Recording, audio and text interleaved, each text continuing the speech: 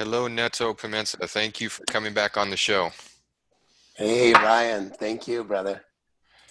And I really liked your podcast, The Creative Journey. German really kind of put himself out there as a guinea pig.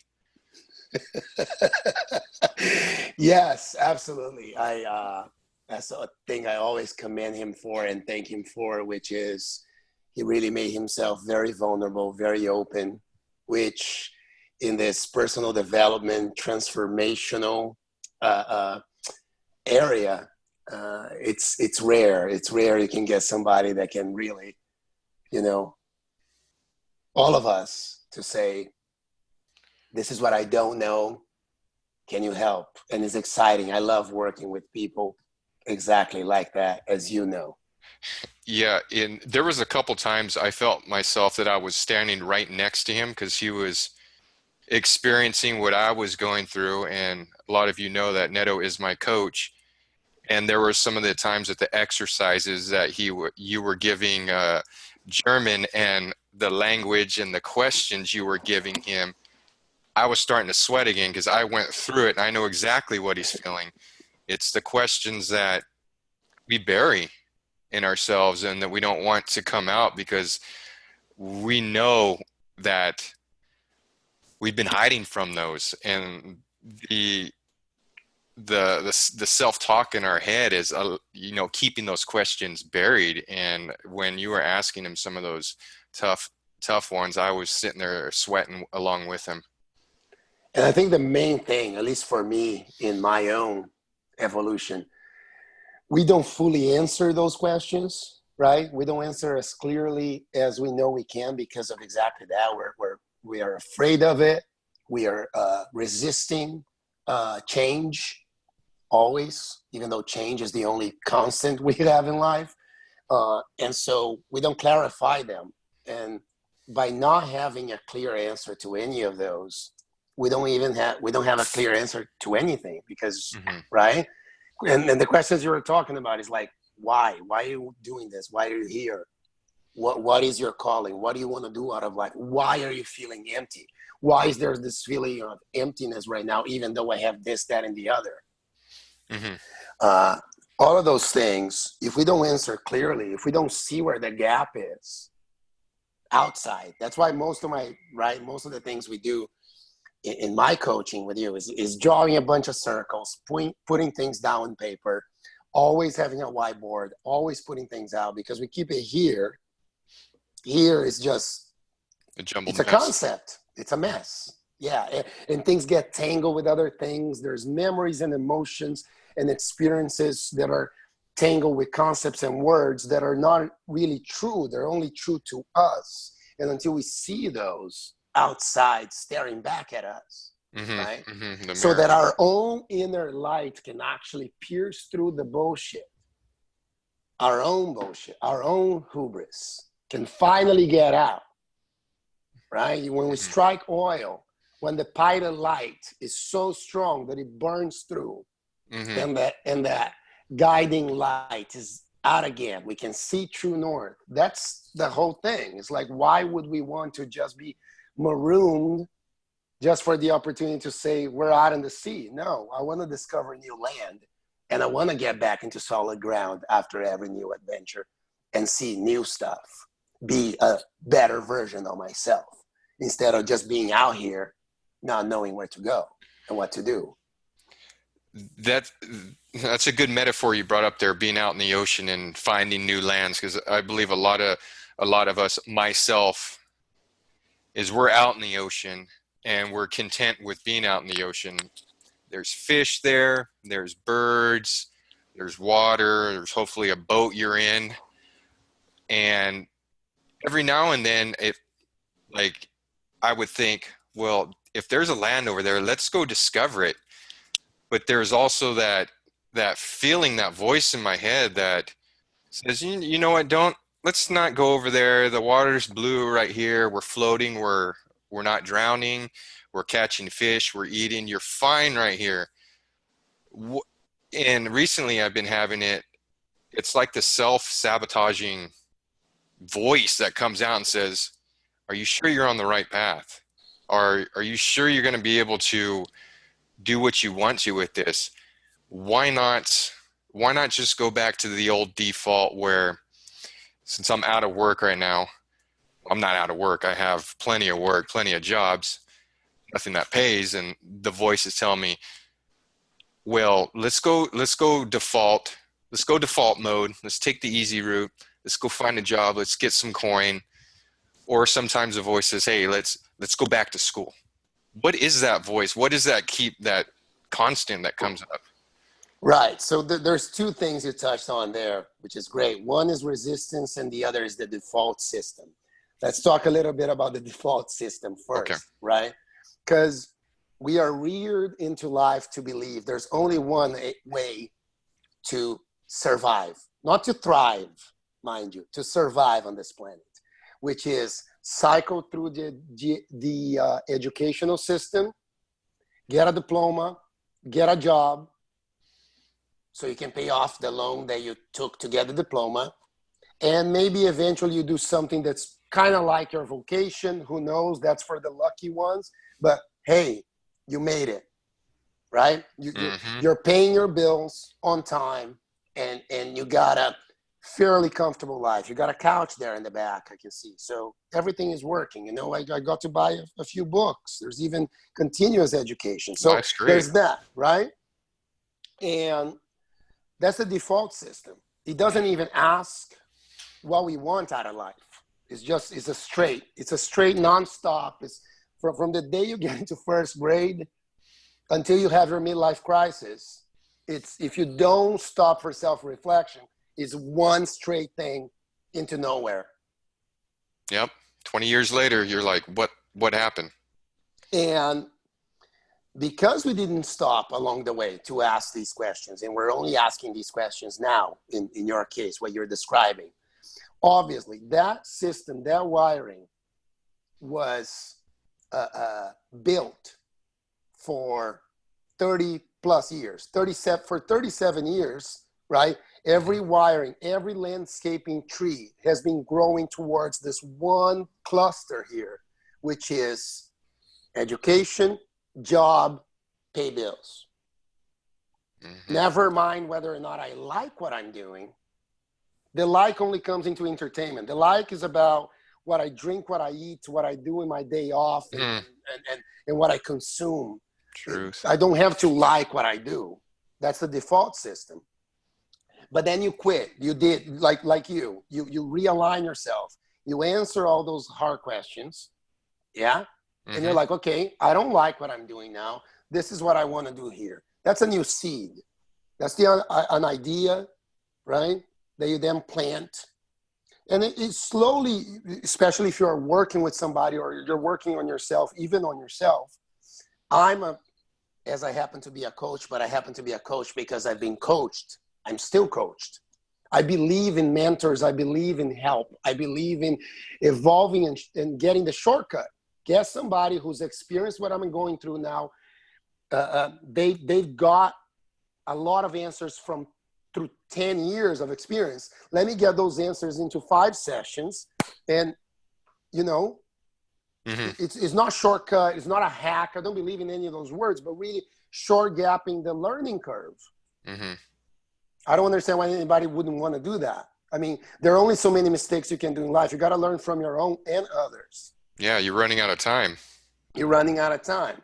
So you plant a new seed called this new desire, this new vision, this new entrepreneurial space you're going to get yourself into. Mm-hmm. And just like a seed, I plant today. Can I eat mangoes tomorrow? You wish. Right? And so, to continue the metaphor, the only way I eat mangoes tomorrow is if I go to the supermarket. And the supermarket is the regular job, is everything you already know. Mm-hmm. Mm-hmm. Right? But if you want that mango to actually grow, if you want for that seed to bear fruit, you need to be patient, and you need to not only plant the seed and go away and go back to your couch. You need to cultivate that seed, right? And that's the action. That's the action that you are taking every day, building your business, building yourself towards this new place, sailing towards the new land. You sail towards the new land. from dry land to dry land, there's a lot of ocean. There's a lot of not really knowing whether or not you're hitting the right place, right? And Mm-hmm. between the seed and the fruit, there's the seed needs to turn into a flower, which turns into a tree, which then you have to prune a bunch of branches. And the pruning is as you're testing and you're extending yourself in all these new directions. What are the things that work? What are the things that don't work? Get rid of the branches that are rotting or bearing really not so good fruit, so that the sap of the tree can only go to the ones that are bearing the best fruit. So those fruits Mm-hmm. can even be stronger and more supple because you got rid of these ones. So all of that goes into until one day you have the most succulent mango that you are eating. But Mm-hmm. you have to be patient and you have to keep actively cultivating that seed. You can't have an idea Mm-hmm. of changing your life, of doing something new, and A, expect that you can do it tomorrow and be paid for and be excellent at, and B, do nothing about it and think that one day just a bag full of money and an opportunity is going to come knock. You create that opportunity. You cultivate that seed and foster a system, the irrigation system, the whatever. Let's keep with this metaphor until one day you have it. Mm-hmm. Patience, tenacity, and hustle, man. Hustle every day, working at it, actively growing Growing yourself and and the seed. being, because that was our last discussion. I was having that voice in my head. It was getting strong recently, the past 2, 3 weeks. I was telling you it's getting really strong. And you clarified it for me a little better, saying that it's like a twofold process where I'm doing the work, but I'm also being the work. And I've noticed I've been doing a lot of support services, but yet haven't been focusing and put myself out there into being what I'm transforming into. And that's why that voice was coming back. I was getting nervous. Like, of course, I was going back into the default mode. Like, am I doing the right thing? Am I doing the right thing? And when it came out in our coaching session, I didn't want it to come out, but it was the first thing out of my mouth. I wanted to tell you about the good stuff I've been doing with the support, but that voice came out, and you said it clearly. It's because use it as an advantage instead of using it as a disadvantage and something just to scare you back into your old way, your old set. But it was you put it perfectly, and it cleared it up for me. Like that voice, that resistance that's coming up is because I am not, it's not that I'm veering off my path. It's I am not veering off my path, but I'm also like maybe making my path a little bit wider than it needs to be when I should come back. So that's kind of what I got from it, and that's why I wanted to like clarify it. Like, hey, if people are starting out, or if people are in the position that I'm in, what is this voice? What is this? What are some of the characteristics of this self-sabotaging voice in my head? It says I'm not doing what I'm supposed to be doing. So resistance, right? Stephen Pressfield, the War of Art for anybody Mm-hmm. listening. Mm-hmm. I don't care what your name is. I don't care that you don't write books. He writes in the wording of a writer. That book is excellent for anybody. Anybody. If you want to lose weight, you can pick that book. If you want to change your marriage, you can pick that book. Because the way he frames resistance is that very thing, is that anxiety, those butterflies that almost want to make you throw up every time you look at the blank page in his case, but at the blank canvas of your life, at the blank canvas of tomorrow, at the thing that you're attempting to design, deliver, grow into, rekindle, shift, change, transform. That thing is going to come because that blank canvas, there's nothing more scary. And you can ask any writer you want or any painter. There's nothing scarier when you feel stuck than the blank page and the blank canvas. Because if everything is possible, then nothing is possible. Because if you haven't decided what you're going to put on that blank canvas is useless. And if you look at it, it's like initially a lot of like, especially in this world where we have 20,000 brands of cereal and taste to pick from, At the supermarket, we think having every choice, it's great. Oh, I just quit my job, so I can go anywhere. It's true. You Mm-hmm. can pick one, because until you pick that one, until you pick a color, until you pick a pencil, until you pick the first brush stroke on that canvas is not going to come from, I can do anything. It's going to come from, I know what I want to put on this canvas. I know what I want to, for the whole book to be. So I know what the first few words are going to be of this book. I know what my eventual business, what my venture, what my entrepreneurial venture is going to be. So this is the first step. Let's start designing it, right? Mm-hmm. Mm-hmm. And that resistance is coming because, man, shit's scary. We never been here before, boss. Is your support team telling you, we never been here before, boss? Is your first mate on that ship when you're going to dry to find a new land, and they're like, I just realized, boss, we can't see the dry land back there that we were in, that we know. I can't see Europe anymore. Mm-hmm. I don't know where we're going because everywhere I look right now is just ocean. Mm-hmm. And you need to, A, prove the voice wrong by saying, I know, but I know where true north is. Let's keep on sailing. Or listen to the voice at times. Because at times it is resistance. And at times it is that voice saying, boss, you say you wanted to go to America. By my calculations here, we're way off. Mm-hmm. And that is what you were doing, like when you were calling support. That's a language that you and I use, but to tell the people, right? When you're on your own, when you're working on yourself, you got to be the CEO, the project manager, at least. I see it, there's at least a 3-layer cake happening. The CEO, he knows the vision. He knows where the company is going, Mm-hmm. right? He has the whole culture of it and the direction. Then there's the project manager.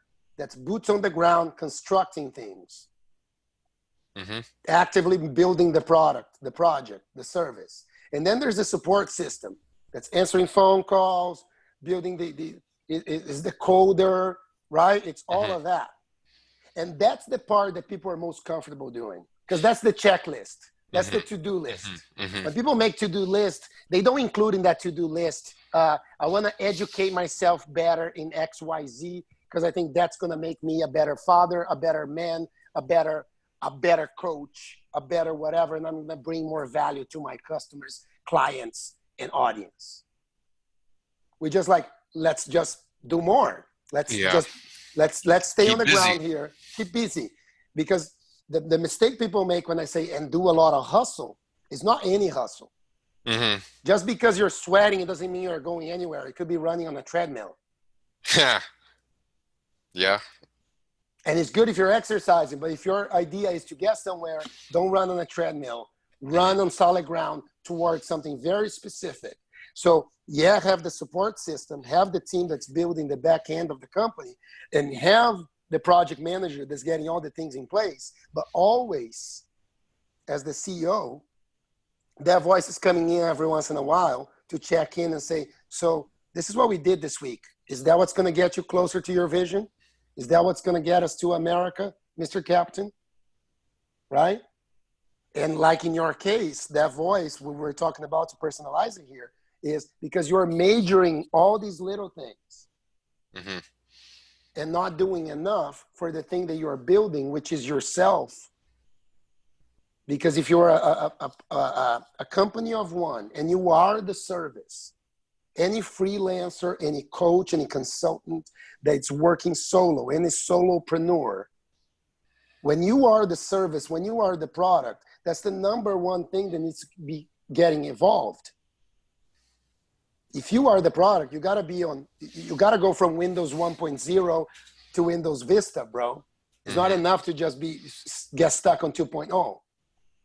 You got to evolve with the market, with the audience, with yourself. Mm-hmm. And so the support was coming. It's like, support is all good, boss, but we don't have a product. Mm-hmm. Yeah, and I knew something was off because that voice kept getting stronger and stronger, and it was there in the morning. And when it's there in the morning, I know something's off because normally in the morning I'm fresh, I'm ready to go, I'm ready to hit it. but it was there in the morning. So it is what you said. It's that busy work. And I know myself, I consider myself a busybody. And I told you many months ago when we first got started, you asked me, what am I doing? Why am I so tired? And I just said, oh, I'm busy. What do you mean you're busy? I go, I'm busy being busy. I'm house projects, 2 kids, my job, uh, my wife, my hobbies, going in 10 different directions when I need to be going in 3 different directions. And it's my busy work has evolved from not going in all those directions, but staying busy just doing the back end, like you said, the back end work of transforming, working on myself instead of being myself. So I think that's a good point to put out there, that sometimes when we consider ourselves, we're doing something, we're going somewhere, we're busy, I'm hustling here, I'm hustling there, we might not be going anywhere. We're just, that voice in our head is just confusing us and just pulled another one over our eyes without us even knowing it. I think I heard this first. Todd Henry, who has a great podcast called The Accidental Creative. He wrote a book called Die Empty. And it sounds weird, but it's about making sure that you do your best work today. Do not wait to do your best work tomorrow. Die empty of that, of the well of creativity. Be always putting out your best. So I just wanted to make that distinction because it sounds like a die empty. Sounds Hmm. like not a good book. And what he talks about there is like, if you're getting paid or you're paying yourself to just shoot arrows, you're going to want to shoot as many arrows as you can in any which direction because you're getting paid by arrow shooting. But if you want to hit your target, Hmm. you're going to take a lot more time to let that arrow go, which is time for yourself, which is working on yourself, which is doing things that look like not work, taking time for self-reflection. If the well is empty, filling it up again, that's you pulling the arrow and then really, right, aiming, focusing, taking a breath, doing everything that you need to do so that the arrow actually hits the target.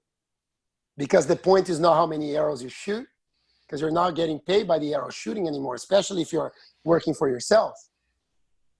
What you are doing is you want the arrow to hit the target. So there's a lot that goes into the arrow hitting the target that has nothing to do with shooting arrows, Hmm. right? Hmm. So there's a lot that goes into what you are building for yourself that has nothing to do with just the menial work. So how can someone who maybe realizes that there's something going on in their head that's keeping them from their goal or what they want to do, what are some of the calls of actions or something that they could do tangible to figure out Absolutely. what's happening? So it's a little mix of what keeps you up at night, but in a good way. Not I don't have enough money to pay the bills tomorrow. That will keep anybody up at night. But what keeps you up at night? What is it that if you start a conversation now when you were tired, you all of a sudden lit up and it goes into 3 a.m.? What keeps you up at night? Well, what gets you up in the morning?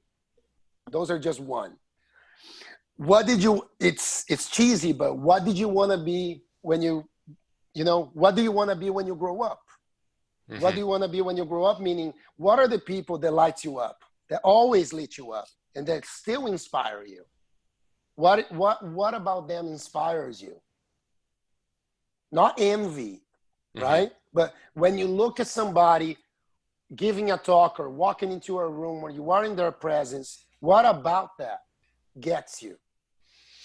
And three, if you are thinking of a pivot, if you're thinking of shifting, if you're thinking of going in a different direction, whether that's social or work related, whatever the case may be, why?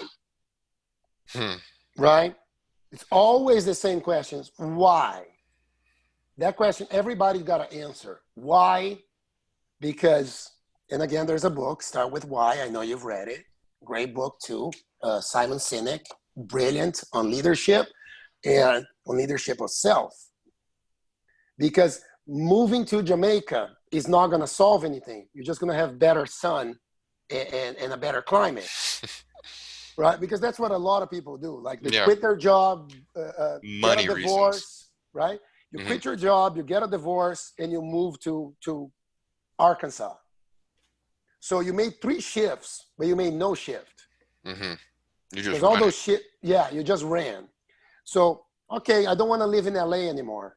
If me, why don't I want to live in LA anymore? Well, because I don't like this, that, and the other about LA. And my job, I have a vision in mind that I can do this job in XYZ. It's more important now for me, these values than these values. You break it all down. And now you see, is it really LA? Can you still do that in LA? Can you start doing that before you make some huge shift? Hmm. And I know it's cookie cutter, but it's my little not cookie cutter fortune cookie thing here. But what is the smallest version, the smallest inching forward of your highest aspiration that you can do today, that you can do right now? Do that right now in secret. Nobody's looking, nobody's Hmm. watching. Start there. See how that inspires you to take the next action. And the other and more concrete one, which doesn't sound concrete, but everybody that does it changes their life. Grab a piece of paper and draw a big circle on it. That is the focus of your life. That is the lens of your life. That is the horizon and the boundaries of your life. Put inside everything that you want, that you already have, that you want more of, or things that you don't have that you want. And put outside in the margins everything that you have in your life now that you know it's a must, that it must be expunged, blur out, get out of focus, Hmm. and glue that somewhere. And now you have a vision. Now you have values that are tangible, that are outside somewhere. Look at that every day and make sure always compare yourself. Am I living inside the circle or out the circle today? Hmm. Because if there are things that I put outside the circle, that's what I'm doing now, I'm off. If Hmm. I'm not doing enough and working towards getting enough of what's inside the circle, I'm off. Yeah, you know what's scary is when you realize you're on a wrong path, you realize there's something that you could do about it, and you realize you're not doing anything about it. That's dangerous because some people are perfectly fine, content for living the lives they want to live. It's not for everyone to look inside themselves and ask themselves why and how do I change. But for me, keeping it bottled up for so long, maybe 10 years, is you go into self-destruction mode. When I was drinking, I was in self-destruction mode because I was hiding from myself. And that's, I think, maybe a lot of problems that people are experiencing in their life. They're whatever, maybe playing a victim or realizing that there's something wrong, knowing that they could do something about it, and then not doing it. Right? How long could that charade last? Oh man, you Lasted can for let me a long time, which I thought was a long time. But I can only imagine. You know, you wake up and then you realize, oh, I could do something about this, and then you just keep pushing it off. well, that's why I'm saying the circle exercise, because once you put it outside, you can at least compare yourself to something. Because right Hmm. now, again, right, we leave it all in here, Hmm. Hmm. all concepts. And believe me, I have a master's degree in hiding and in blaming and in running away. I started drinking when I was 9. I only stopped when I was 31. I got into acting because the percentages. I got into acting because everybody who's in acting here in LA get to say, it's a tough racket, man. If you look at the numbers, only 3% of SAG members actually earn their living as an actor. So that's why I'm failing and not succeeding, is because it's really hard. That's that That's me. victim. That's me hiding Hmm. behind the numbers, doing something that wasn't even my calling or something I wanted to do. But I get to every time that I'm not doing as well as other friends who pick their MBAs and went to build their businesses. Like, I'm following my dreams, and it's just that it's really hard. Well, stop following dreams first off. And I know this is a harsh one, but you chase dreams and you may just meander because, again, you're in here. Pursue excellence. Realize what your calling is, and start today getting better at the thing that you already have an inkling you're kind of good at. Mm-hmm. Pursue excellence. Pursue refining yourself in what you do. Your art, your craft, your business, your skill, your gifts. Because you chase dreams and you may meander and never get anywhere. You chase excellence, you get to mastery and self-mastery. Mm-hmm. And you're At probably worst, right? At worst, you're the best human being you could possibly be. At best, you're really success and fulfillment has been defined as the trajectory of your life. and a lot of the times you're alone on that journey. You don't have you don't have your gang behind you. Like right now, I'm alone. I mean, I have my group, I have you, I have some others around, but you're basically on your own doing this by yourself. You're following your true north, you're following what you're going for, but you're on a journey on your own. And that's a little scary at times. Absolutely. You want? Is that a question? Kind of a question, kind of a comment. Comment first, question. How do Because we, I don't even know. Was it a comment question? Uh, maybe I could, yeah, let's go with the comment first and then a question. How do you adapt to that? well, that's what's interesting, right? Because and again, cliche, but we come into this world alone and we go out of it alone, right? And although we make amazing connections here and we experience, in case of people that have family or a loved one or whatever, this intense love and connection, and make as many connections as you can, because that's really where the experience is. You're truly not taking anything else but your experiences. Your inner life is the most important thing to be refining ever so. Inner peace, all these things that it's conceptual. We can say we want inner peace, but it's conceptual. It's nothing. You can't touch inner peace. You can't even describe inner peace. You can't describe fulfillment. You only know when you're living it, and it's defined differently by everybody. That's why it's a go at it alone situation, because fulfillment to me is not the same as fulfillment to you, right? Success to me is defined in a different way that is defined to you. And there's 7 billion definitions of inner peace, success, and fulfillment on this planet. Or I don't know how many people we are now. 7 billion is kind of old numbers. But I'm saying there are as many definitions of success, fulfillment, inner peace, and all these things that bring equanimity, harmony, whatever you want to use, right? Love, self-acceptance, compassion for self and others. All those beautiful things that we talk on a conceptual level, we must really experience it. We must not chase it, but live a life of refining our system and processes around us so we can experience once in a while. And it won't be it's not a constant thing. We veer in and out, in and out, but we know when we feel it, what it is, right? So design a life so that's more possible, right?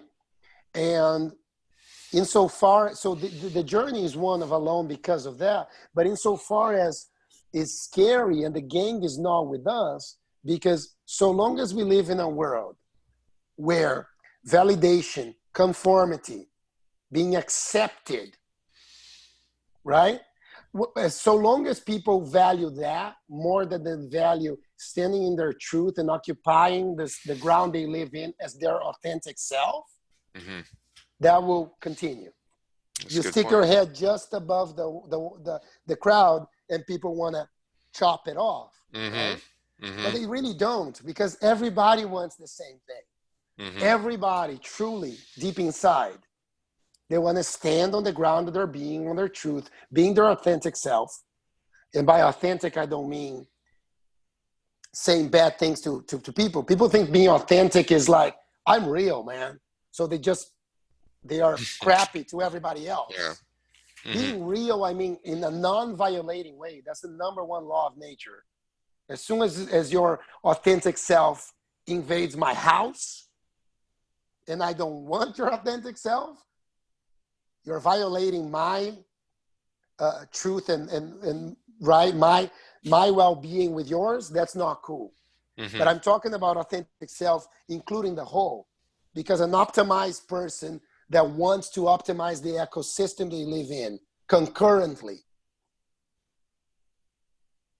right? Instead of Joseph Campbell, my favorite, my mentor that I never met, but it's a constant in my life. Joseph Campbell. He says people want to change the world by shifting things around. Hmm. The world doesn't need change. The world doesn't want to be changed. Stop shifting things around and just find a way to be the most exuberant expression of yourself, because nothing lights up the world and change the world more than that. And the more lights we have like that, the more people that are carrying the torch of their own inner beauty, their own inner expression in a way that optimizes, again, always optimizing the ecosystem, optimizing the whole environment as they optimize themselves. That's how you change the world. Hmm. Because everybody uh, full of platitudes today, but a rising boats raises all, right? A rising tide raises all boats, Hmm. right? So think of that. Stop wanting to grab from your neighbor. Stop wishing for lives that you wouldn't know what to do with it if you had it. Hmm. Don't wish for somebody else's version of happiness. Find your own. Find your own, Find make your your own own. pie. Yep. Yes. No, that's something that we need to touch on in this culture, that it's it's this consumer programming that you got to kind of be like this ideal person on television or in the advertising. So it's so many times we're following someone else's vision and not pursuing our own. So that's a good point about just listening to yourself and going with yourself instead of chasing someone else's pie or finding a job or going after a job because someone makes so much money. Well, I can make so much money if I go do what they're doing. Well, go do yourself. Go make your own pie and go after and get it all. Whatever that pie is. Who knows what that pie is? Yes. And I mean, it's good to have role model. I just mentioned a few people here Hmm. that I like, respect, get inspired by, but I don't want to be any of those person or any of those people, Hmm. right? And find, but again, it's great to have role models, whether is a parent figure, somebody out there, a coach, a mentor, a teacher, or just books that you've read. But find your right mix, right? Because inevitably, your essence, your essential truth, if you are attracted to a lot of people that actually have nothing to do with one another, it's even better. So Hmm. your essential truth is the cut and paste of Hmm. splicing it all together, and that's who you are, right? That's why you like people that don't seem to make sense, and this is all of us. So be more truthful to yourself. Only follow that which brings you that light again. Have role models, but then find your own version of that, Hmm. right? And and and then hustle, then work like crazy to bring that vision about. Hmm. Because Hmm. there's no manifesting from your couch, law of attraction, vision board. You sit around and you look, and one day it shows up. All of the inner work is brilliant with it's balance. Hmm. All it's a constant refinement and expressing it, refining and expressing it, evolving and become better at, and then offering in connection with everybody else. Hmm. Because if you don't, you become stagnant, and eventually the crowd moves on from you, Good right? point. Neto, thank you very much for coming on the show and sharing your words with us and getting me back on track. Thank you. Thank you for letting me speak so long and having this platform, man. I love you. I love you too. Is where can people find your work, what you're doing now, and where can they find you? So you mentioned the podcast is on hiatus right now, but we have 18 episodes. The Creative Journey is on iTunes. Hmm. The Creative Journey, and you can also find me, contact me, send me an email through my company's website, spark2finish.com. That's spark2finish.com, meaning from idea to idealization, from spark to finish. Hmm. That's where I come in. You Okay. have an idea that you want to come to fruition, whether it's becoming better or having a project that you want to get to the finish line. I'm the guy. Perfect. Thank you, Neto, once again. Thank you.